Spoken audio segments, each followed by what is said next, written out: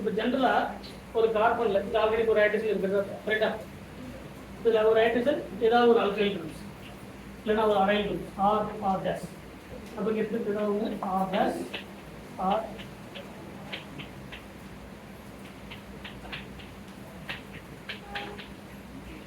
இப்போ ஜென்ரலா leaving group வெளியே போயிட்டா இப்போ ஆல்ரெடி நம்ம என்ன சொன்னோம்? ஒரு லீவிங் குரூப் N2 கூட இருக்கலாம். லீவிங் குரூப் என்னது? N2 கரெக்டா? இந்த மாதிரி லீவிங் குரூப்ஸ் வெளியே போச்சுன்னா இங்க இருக்கக்கூடிய பாண்ட் வந்து இந்த கார்பனுக்கு மேல ஃபார்ம் ஆகுமா? அப்ப ஒரு நெகட்டிவா என்னது? 2 எலக்ட்ரான். ஒரு நெகட்டிவ்ல ஒரு பாண்ட் எத்தனை எலக்ட்ரான்ஸ் இருக்கு? அப்ப இது ஓவராலா இது எல்லாத்தையும் ஒரு லீவிங் குரூப் இருந்தா ஜெனரலா எப்படி கார்பன் ஃபார்ம் ஆகுமோ சிமிலர் டு தி நைட்ரஜன். ஏன்னா நைட்ரஜன் கார்பன் என்னது? Iso electronic. அப்ப இந்த லீவிங் குரூப் வெளியே போச்சுன்னா நமக்கு ஃபார்ம் ஆகக்கூடியது ஒரு கார்பன் எப்படி ஃபார்ம் ஆகுதோ சிமிலர் டு தி நைட்ரஜன். அப்ப முதல்ல இது ஒரு ஆர் டேஷ் இது ஆர். இப்போ சப்போஸ் இந்த ஒரு நார்மல் லீவிங் குரூப் எல்லாமே வெளியே போயிடும். பட் ஒரு கேசஸ்ல இது N2 ல எப்படி இருக்குன்னா லீவிங் குரூப்ல N ட்ரிபிள் பாண்ட் N இல்லைன்னா N டபுள் பாண்ட் N அப்படிங்கிறது. அப்ப எப்படி ரெசனன்ஸ்ல பார்ட்டிசிபேட் பண்ணணும் அப்படின்னு பார்த்தீங்கன்னா ஃபர்ஸ்ட் இருக்கக்கூடிய இந்த leaving group for example N double bond N இதை வந்து ஒரு அல்கைல் குரூப் ஆர்னு வச்சுக்கலாம், இதை ஒரு ஆர் டேஷ் வச்சுக்கலாம். இப்போ ஃபர்ஸ்ட் இதனுடைய வேலன்ஸ் என்னது? இது நெகட்டிவ் சார்ஜா? இது என்னது? 3 எலக்ட்ரான்ஸ் இருக்கு. இது நெகட்டிவ், இது வந்து லோன் பேர் வந்து கரெக்டா? இப்போ அடுத்த ஸ்டெப் வந்து என்னது? இந்த பாண்ட் வந்து இங்க மைக்ரேட் ஆகுமா? இதுக்கு மேல இப்படி லோன் பேரா கரெக்டா? இன்னொரு அல்கைல் குரூப். ஏன்னா கார்பன் எத்தனை வேலன்ஸ்? 4 வேலன்ஸ். நம்ம 2 வேலன்ஸ் சாட்டிஸ்ஃபை பண்ணிட்டு இன்னொரு ஹைட்ரஜன் போடலாம், இல்லைன்னா ஒரு அல்கைல் குரூப் போடுறோம். அப்ப இந்த பாண்ட் என்ன ஃபர்தரா மைக்ரேட் ஆகி N ட்ரிபிள் பாண்ட் N2 வெளியே போயிடும். N2 வெளியே போயிடுச்சா நமக்கு என்ன ஃபார்ம் ஆகும்? ஒரு கார்பன் வந்து ஃபார்ம் ஆகும். இப்படி ஃபார்ம் ஆகும் R dash R double dash. இங்க ஒரு கார்பன் வந்து ஃபார்ம் ஆகும். கரெக்டா? Similar to the nitrogen. நைட்ரஜனுக்கு எப்படி ஃபார்ம் ஆகும் அப்படின்னா இப்போ ஆர் இந்த டபுள் பாண்ட் இல்லைன்னா இது கூட வச்சுக்கலாம். ஒன்றும் பிரச்சனை இல்லை. சி டபுள் பாண்ட் கூட வச்சுக்கலாம், ஒன்றும் ப்ராப்ளம் இல்லை. இப்படி கூட யூஸ் பண்ணலாம். சி டபுள் பாண்ட் N இந்த பாண்ட் மைக்ரேட் ஆச்சுன்னா ஒரு கார்பன் வந்து ஃபார்ம் ஆகும். அதே கேசஸ்ல இதுவும் நம்ம ஆட் பண்ணலாம். R dash R double dash ஒரு N3. சரிங்களா? N2 மட்டும் வெளியே போயிடும், எதுவுமே இருக்காது. அப்போ ஒரு கார்பன் வந்து ஃபார்ம் ஆகும். N3 எடுத்தோம்னா அசைட். N3 என்னது? அசைட். இப்போ இதோட மெக்கானிசம் எப்படி இருக்கும்? R dash R double dash. இது எழுதும்போது எப்படி எழுதணும்? N double bond N double bond N எழுதலாமா?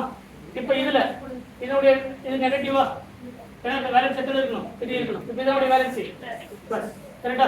அடுத்த ஸ்டெப்ல இந்த பாண்ட் வந்து இங்க மைக்ரேட் ஆகும், இந்த பாண்ட் வந்து இது மைக்ரேட். கரெக்டா இல்லையா? அப்ப எப்படி ஃபார்ம் ஆகும் அப்படின்னா அடுத்த ரெசனேட்டிங் ஸ்ட்ரக்சர்ல R dash R double dash என்ன ஃபார்ம் ஆயிடும்? ஒரு டபுள் பாண்ட் N. இந்த இது என்னவா இருக்கும்? Nitrogen minus form. அதாவது அடுத்த திரும்ப பார்ட்டிசிபேட் பண்ணோம். நம்ம இங்க அப்புறம் எழுதிக்கலாம். அடுத்த ஸ்டெப்ல திரும்ப பார்ட்டிசிபேட் பண்ணி வெளியே போயிடும். இந்த அல்கைல் குரூப் வந்து ஷிஃப்ட் ஆகும். ஸோ நைட்ரஜன் வந்து ஃபார்ம் ஆகும். அடுத்து நம்ம பார்ப்போம். இப்போ ஃபர்ஸ்ட் ஸ்டெப் என்னது? இந்த பாண்ட் N மைனஸ் இங்க கூட வச்சுக்கலாம், ஒன்றும் பிரச்சனை இல்லை. N minus already double bond இருந்து சிங்கிள் பாண்டா மாறிடும். இது ட்ரிபிள் பாண்டா மாறும். இது பிளஸ் இது மைனஸ். கரெக்டா? இப்போ N2 வந்து பெஸ்ட் லீவிங் குரூப்பா? N2 வெளியே போயிடுச்சுன்னா நைட்ரஜன் மேல கரெக்டா? இது 3 R dash R double dash. இந்த நைட்ரஜனுக்கு மேல ஆல்ரெடி ஒரு நெகட்டிவ் சார்ஜ். இந்த பாண்ட் மைக்ரேட் ஆகும்போது இந்த பாண்ட்ல இருக்கக்கூடிய 2 எலக்ட்ரான் ஆல்ரெடி இதுல 2 எலக்ட்ரான் டோட்டல் எத்தனை எலக்ட்ரான்ஸ் இருக்கு? இங்க ஒரு லோன் பேர், இங்க ஒரு லோன் பேர், ஒரு நைட்ரஜன் வந்து ஃபார்ம் ஆகும். மீனிங் டைரக்டான மீனிங் என்னன்னா ஏதாவது ஒரு கார்பன் இல்லைன்னா அந்த கார்பன்ல கரெக்டா இருக்கக்கூடிய இந்த லீவிங் குரூப். ஜெனரலாவே அந்த லீவிங் குரூப்ல இந்த லீவிங் குரூப்ல எது இருந்தாலும் சரி, ஒன்று கார்பன் ஃபார்ம் ஆகலாம், இல்லைன்னா நைட்ரஜன் வந்து ஃபார்ம் ஆகும். அந்த லீவிங் குரூப் மெக்கானிசம் இந்த மாதிரி நடக்கும். அசைடா இருந்தால் எப்படி நடக்கும்? இல்லைன்னா நார்மலாக இருக்கக்கூடிய டொசைலேட் ப்ரோசைலேட் மாதிரி இருக்கக்கூடியது, இல்லைன்னா அசிட்டேட் மாதிரி இருக்கக்கூடியது, இல்லைன்னா அன்நைட்ரேட் மாதிரி இருக்கக்கூடியதுல நார்மலாக எப்படி ஒரு கார்பன் ஃபார்ம் ஆகுமோ சிமிலர் டு த நைட்ரஜன். சரிங்களா? இந்த நைட்ரஜன்ல தான் நமக்கு என்னென்ன பார்க்கணும் அப்படின்னா இதனுடைய இன்செர்ஷன் ரியாக்ஷன் எப்படி மைக்ரேட் ஆகுது அப்படிங்கிறதுமே பார்க்கணும்.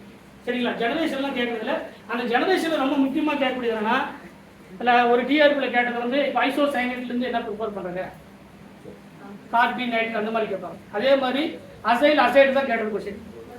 அசைல் அசைட்லேருந்து எப்படி வந்து ஒரு நைட்ரஜனை ப்ரிப்பேர் பண்ணுறது கீழே நான் வேறு எக்ஸாம்பிள்லாம் கொடுத்துருந்தாங்க. பட் அந்த ப்ரிப்பரேஷனில் அதாவது ஜெனரேஷனில் ஒரு 5 இம்பார்ட்டன்ட் மெத்தட் இருக்குது. நைட்ரேனுடைய ஜெனரேஷன், அந்த ஜெனரேஷனில் எந்த மெத்தட்னு தெரியணும். சரிங்களா? எந்த மாதிரியான காம்பவுண்ட்லேருந்து ஒரு நைட்ரேன் வந்து நம்மளால் ப்ரிப்பேர் பண்ண முடியும் அப்படிங்கிறது தெளிவாக தெரிஞ்சுக்கணும். அதுக்கான எக்ஸாம்பிள் மட்டும் ஒரு 5 எக்ஸாம்பிள் பார்க்கணும். சரிங்களா?